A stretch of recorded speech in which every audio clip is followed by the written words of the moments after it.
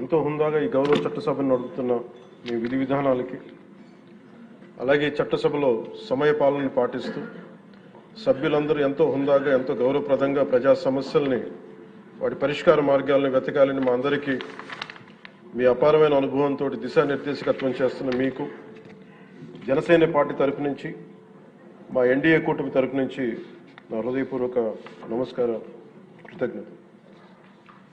సాంకేతికంగా ఇది 3వ బడ్జెట్ సమావేశం అయినప్పటికీ పూర్తి స్థాయి బడ్జెట్ సమావేశంగా ఇది 2వది.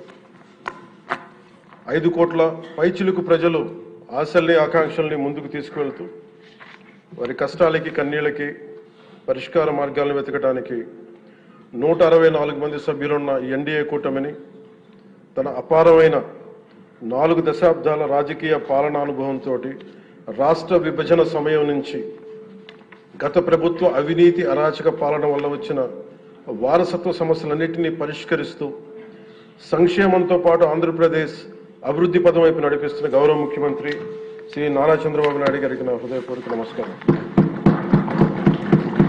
మంత్రివర్గ సహచరులకి, తోటి శాసనసభ్యులకి నమస్కరిస్తాను.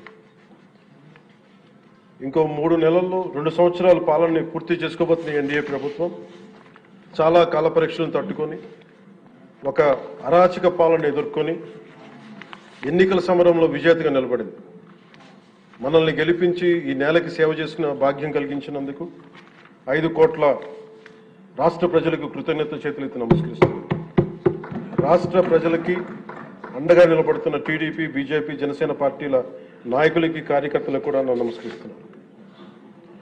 నీలో సాహసం ఉంటే దేశం అంధకారంలో ఉంటుందా అని కవి శేషేంద్ర గారు రాసిన వాక్యానికి నిలువెత్తు ప్రతిరూపం భారతదేశ గౌరవ ప్రధానమంత్రి శ్రీ నరేంద్ర మోదీ గారు. వారు అందిస్తున్న సహకారానికి ఎన్డీఏ కూటమి తరఫున, ఆంధ్రప్రదేశ్ రాష్ట్ర ప్రజల తరఫున నా హృదయపూర్వక ధన్యవాదాలు తెలియజేస్తున్నాను. ఆంధ్రప్రదేశ్ రాష్ట్ర ప్రథమ పౌరులు, రాజ్యాంగ సంరక్షకులు, రాజ్యాధినేత justice former supreme court justice S Abdul Nazeer గారు చేసిన బడ్జెట్ ప్రసంగం చాలా ప్రేరణ ఇచ్చింది. ఆంధ్ర రాష్ట్ర భవిష్యత్తుకు బలమైన పునాదులు వేస్తుంది. వికసిత్ భారత్లో భాగంగా వికసిత్ ఆంధ్రప్రదేశ్ లక్ష్యంగా సాగింది. రాజ్యపాలకులు, గౌరవ రాజ్యపాలకులు శ్రీ అబ్దుల్ నజీర్ గారు బడ్జెట్ ప్రసంగం వింటున్నంతసేపు ఆద్యంతం భారతరత్న శ్రీ అటల్ బిహారీ వాజ్పేయి గారు మాటలే నా మనసులో మెదిలినాయి. వారు అన్న మాటలు, Bharat needs a government that cares, Bharat needs a government that will reach out to the last person in the last. ఆ స్ఫూర్తితోనే గౌరవ ముఖ్యమంత్రి శ్రీ నారా చంద్రబాబు నాయుడు గారి నేతృత్వంలో నడుస్తున్న ఎన్డీఏ కూటమి ప్రభుత్వం దివ్యాంగులకి ఇచ్చే పెన్షన్లు 3,000 నుంచి 6,000కి చేశారు. మంచం నుంచి లేవలేని దివ్యాంగులకి 6,000 నుంచి 15,000 అందిస్తున్నారు. సామాజిక పెన్షన్లు 3,000 నుంచి 4,000కి పెంచారు. రాష్ట్ర వ్యాప్తంగా 63.25 లక్షల మందికి ఈ పెన్షన్ల ద్వారా 2,738 కోట్ల రూపాయలు అందజేస్తున్నారు. ప్రతి విద్యార్థికి 15,000 రూపాయల చొప్పున 67 లక్షల విద్యార్థులకు సంబంధించి 42 లక్షల తల్లుల ఖాతాల్లోకి నేరుగా 10,000 కోట్లు జమ చేశారు. మెగా డిఎస్సి ద్వారా 16,000 ఉపాధ్యాయ పోస్టులు భర్తీ చేయడం, మెగా పేరెంట్స్ టీచర్స్ మీటింగ్స్ పెట్టడం, విద్యార్థుల మధ్యాహ్న భోజన పథకానికి అపరాన్నపూర్ణ మహాతల్లి డొక్కా సీతమ్మ గారి పేరు పెట్టేందుకు గౌరవ మంత్రివర్యులు శ్రీ నారా లోకేష్ గారికి నా అభినందనలు, ధన్యవాదాలు తెలియజేస్తాను. మనకి అన్నం పెట్టే రైతాంగం కష్టాలు, కౌలు రైతుల కన్నీటి కథలు, అప్పులు, మరణాలు విన్నప్పుడల్లా ఆధునిక మహాభారతంలోని పంక్తులు జ్ఞప్తికి వస్తాయి. పొలాల కోరిక ఏమిటి? పంటలు పండించి మనిషి ఆకలి తీర్చాలనే కదా అని దున్నే రైతు అనుకుంటా ఉంటే, అందరి ఆకలి తీర్చడం కోసం దుక్కి దున్నే నా ఆకలి ఎలా తీర్చుకోవాలో నాకు తెలియడం లేదు. నా బతుకొక సున్నా కానీ నడుస్తున్నా.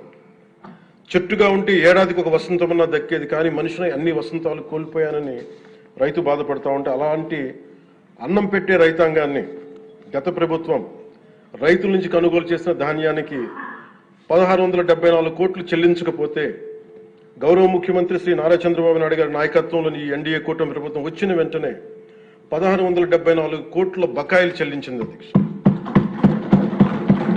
అవి కాకుండా ఈ అది పే చేసిన తర్వాత దాని తర్వాత 10,650 కోట్లు 7.37 లక్షల రైతాంగానికి 24 గంటల్లోనే 10,650 కోట్లు వారి ఖాతాల్లో జమ చేయడం జరిగింది. ఇంకొక 53,000 మంది పైగా రైతులకి 48 గంటల్లో సుమారు 1000 కోట్లు చెల్లించడం జరిగింది. తొలకరి వర్షం తర్వాత జలదానం చేసిన మేఘాలకి భూమిలో ఉన్న ఒక చిన్నారి గింజ మెడ బయట పెట్టి మొదటగా వచ్చిన 2 ఆకులను చేతులుగా జోడించిందంటే కృతజ్ఞతలు తెలిపిందని ఒక కవితా పంక్తుల్లో ఉంటాయి. అలా ఆ చిన్నారి మొలకలాగా ఈ ఎన్డీఏ ప్రభుత్వం అన్నం పెట్టే రైతాంగానికి కృతజ్ఞతతో అండగా నిలబడుతుంది.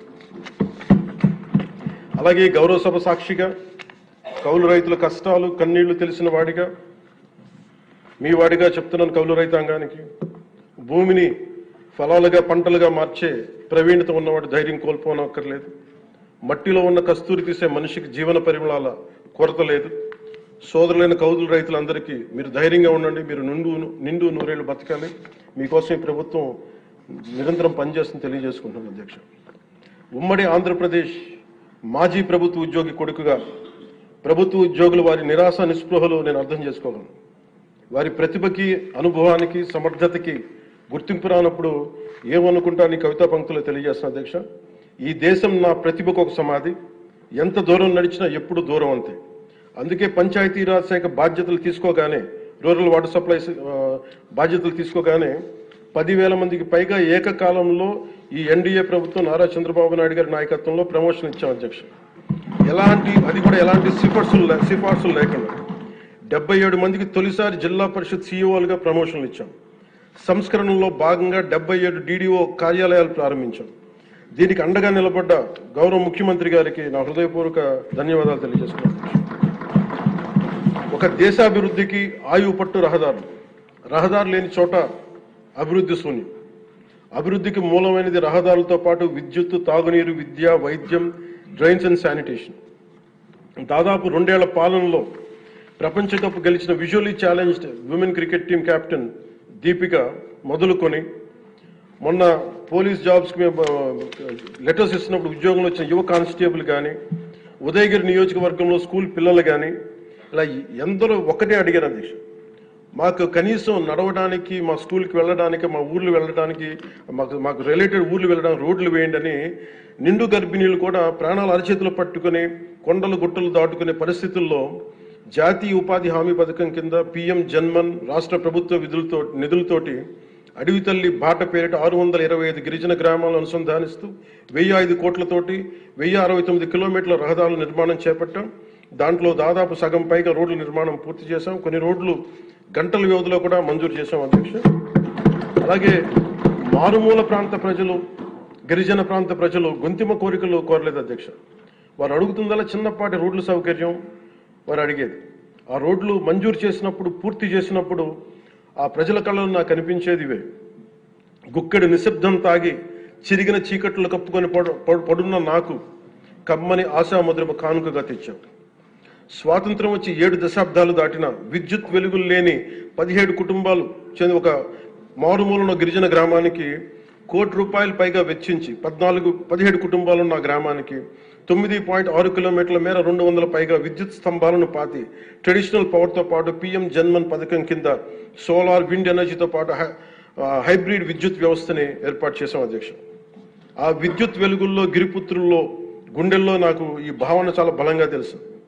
వెలిగిన బల్బును చూసి వారు ఒకటే అనుకున్నారు అధ్యక్ష, పొద్దు గుంకితే చీకట్లో బతికే ప్రజలు ఆ వెలుగుతున్న బల్బును చూసి ఎన్నాళ్ళకి మా అతిథిగా వచ్చాం, ఈ సుధీల కుటీరానికి ఇంత వెలుతురిని తెచ్చామని వారి గుండెల్లో ఉన్న వారికి ఆ భావన నాకు నిజంగా తెలిసింది అధ్యక్ష. గౌరవ ప్రధాని శ్రీ నరేంద్ర మోదీ గారు వ్యక్తిగతంగా జల్ జీవన్ మిషన్ చాలా ఇష్టపడి ఎంతో బడ్జెట్ దాదాపు 191,011 కోట్లు ఆయన 1924 మధ్యలో ఈ జల్ జీవన్ మిషన్కి బడ్జెట్నిచ్చి ఈ దేశ సగటు పౌరుడికి కనీసం సరాసరి 55 లీటర్ల రక్షిత మంచినీరు అందించాలని లక్ష్యంగా ముందుకు వస్తే గత ప్రభుత్వం కేంద్రం నుంచి 27,000 కోట్లు కేంద్ర ప్రభుత్వం ఆమోదం తెలిపితే ఖర్చు పెట్టింది వాళ్ళు దాదాపు కేవలం 4,000 కోట్ల అధ్యక్ష. అందులో కేంద్రం వాటా 2,000 కోట్లు. 4,000 కోట్లు ఖర్చు చేసి పైప్ లైన్లు వేయడం తప్ప ఒక్క గ్రామానికి సంపూర్ణంగా నీరు ఇచ్చింది లేదు. జైజీవన్ ముగిసే నాటికి అలాటెడ్ 27,000 కోట్లను వాళ్ళు ఖర్చు పెట్టింది మినహాయిస్తే 23,000 కోట్లు వినియోగించుకోలేపారు అధ్యక్ష. అలాగే అది ఎక్స్పైర్ అయిపోయిన తర్వాత కూటమి ప్రభుత్వం నారా చంద్రబాబు నాయుడు గారి నాయకత్వంలో అధికారంలోకి వచ్చిన తర్వాత ముఖ్యమంత్రి గారు కూటమి నేతలందరూ కలిసి కేంద్ర నాయకత్వాన్ని అడిగి ఇంకొక పొడించుకోగలిగాం. ఈ ప్రయత్నంలో 1,242 కోట్లతో Uddanam, Dhone, Pulivendula multi village project schemes ని మే నాటికి పూర్తి చేయాలని లక్ష్యంతో ముందుకు వెళ్తున్నాం అధ్యక్ష. అలాగే ఈ కొత్త సంవత్సరంలో కూడా కొత్తగా ఇంకొక 5 జిల్లాలు ఈ ఎక్స్టెండెడ్ పీరియడ్లో కొత్తగా 5 జిల్లాల పరిధిలో 7,910 కోట్లతోటి వచ్చే 2 ఏళ్లలో పూర్తి చేయాలని లక్ష్యంగా పెట్టుకున్నాం అధ్యక్ష. చిత్తూరు, ప్రకాశం, పల్నాడు, ఉభయ గోదావరి జిల్లాలో చేపట్టిన పనులు పూర్తయితే వచ్చే 30 ఏళ్లలో 1,21,00,000 ప్రజల రక్షిత మంచినీటి అవసరాలను తీరుస్తుంది.